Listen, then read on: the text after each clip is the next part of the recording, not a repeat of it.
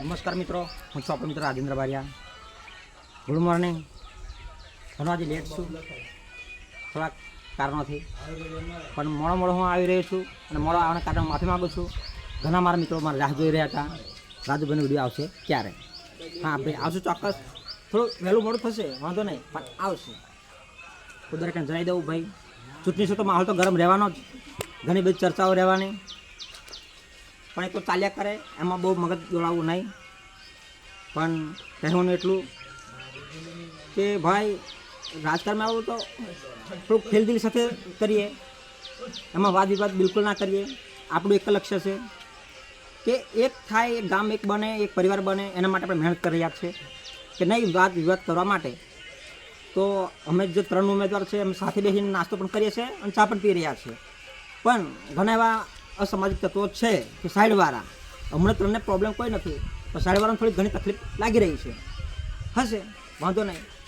તો ઘણા એવી વસ્તુ મારી નજરમાં આવી છે, ધ્યાનમાં આવી છે, થોડુંક વિવાદ થયું કામ કરી રહ્યા છે, પણ કૃપા કરીને આવું ના કરશો. હું તમારા દિલ પર રાજ કરવા માગું છું, ના કે વાદ વિવાદ કરવા માગું છું. તમારો પ્રચાર કરવાનો હક છે, મારો પણ છે. તમે જો ભૂતપૂર્વ હોય તો તમારા કામો જણાવી શકો છો અને બતાવી શકો છો, અને જે બાકી છે એ કરવા માગો એ પણ જણાવી શકો છો. એમાં બિલકુલ મને વાંધો નથી. હું નવો માણસ છું, નવી શરૂઆત કરી રહ્યો છું, તો બિલકુલ કે હું કંઈ જૂનું કાર્ય કર્યું નથી. હા, જૂના ઘણા આપણા આંદોલનો છે, એમાં સફળતા પણ મળેલી છે અને ગામ લોકોને ખબર છે, અને નવું આપણે ઘણું કરવા માગીએ છીએ. તો ભાઈ હું બનીશ તો હું કરવા માગું છું એ જ જણાવી રહ્યો છું. મારી જોડે બીજું કંઈ પોલિટિક્સ નથી, અને હું લડી રહ્યો છું બિલકુલ ખેલ દિલ સાથે, વાદ વિવાદ વગર, ના કોઈને હરાવવા માટે, પણ બસ તમારા દિલ પર મારે રાજ કરવું છે, રાજ. જે મને પડશે વોટ એનો વાંધો નથી, જે હશે મને મંજૂર હશે. હારને તો હું પહેલો જ પતાવી દીધી છે, બરાબર. એટલે મને હારનો ડર બિલકુલ નહીં, અને જે લોકોને ડર હતો ને એ પહેલાં રનઆઉટ થઈ ચૂક્યા છે, બરાબર. એમાં કોઈ શંકાનું સ્થાન નથી. પણ રાજુભાઈને એક સપનું હતું કે લડવું તો કોઈ ધમાકેદાર ઉમેદવાર સામે લડવું, કોઈ ના કોઈ માયકાંગલા સામે. બાકી માયકાંગલા તો અમે ઓછી નાખવું નહીં, ના આપણે કંઈક કરવું છે. લોકો જે મને મારો મોટિવેશનલ મારા મિત્રો જ છે, મને ઘણા બધા વિડીયો મોકલી રહ્યા છે, બધા કોમેડી જે લોકો સામે નથી બોલી શકતા એ લોકો મને મોકલી રહ્યા છે અને હું બોલી રહ્યો છું. તો એ જ લોકોની મારી વાત તમારી આગળ મૂકું છું. એટલે કૃપા કરીને તમે લોકોને તમારું કામ જણાવો અને શું કરવા માગો છો એ જણાવો. તમારો અધિકાર છે, મારો પણ અધિકાર છે. જો તમે બનશો એ પણ કામ જ કરશો, હું બનો એ પણ કામ જ કરીશ, બરાબર.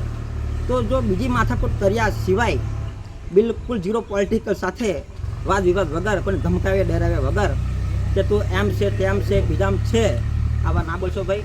તમારા કાર્ય જણાવો, અધિકાર એમનો છે, અધિકાર કોઈનો છીનવી શકો નહીં. આ અમૂલ્ય કિંમતી વોટ છે, એ ફાવીને આપી શકો છો. મેં દરેકને કહી રહ્યો છું, વોટ મને આપો એવું હું નથી બોલતો, નથી કહી રહ્યો. તમારું દિલ પર હાથ મૂકજો, જેને ફાવે ને આપજો. જો તમારું દિલ કહે તો ગ્લાસને વોટ આપજો, એ બોલી રહ્યો છું, એમાં કોઈ શંકા નથી. પણ ઘણા મિત્રો છે કે આ કર્યા ભાઈ અમે 3ને વાંધો નથી, તો તમે શું કામ લોકોનું બગાડી શકો છો તંત્ર?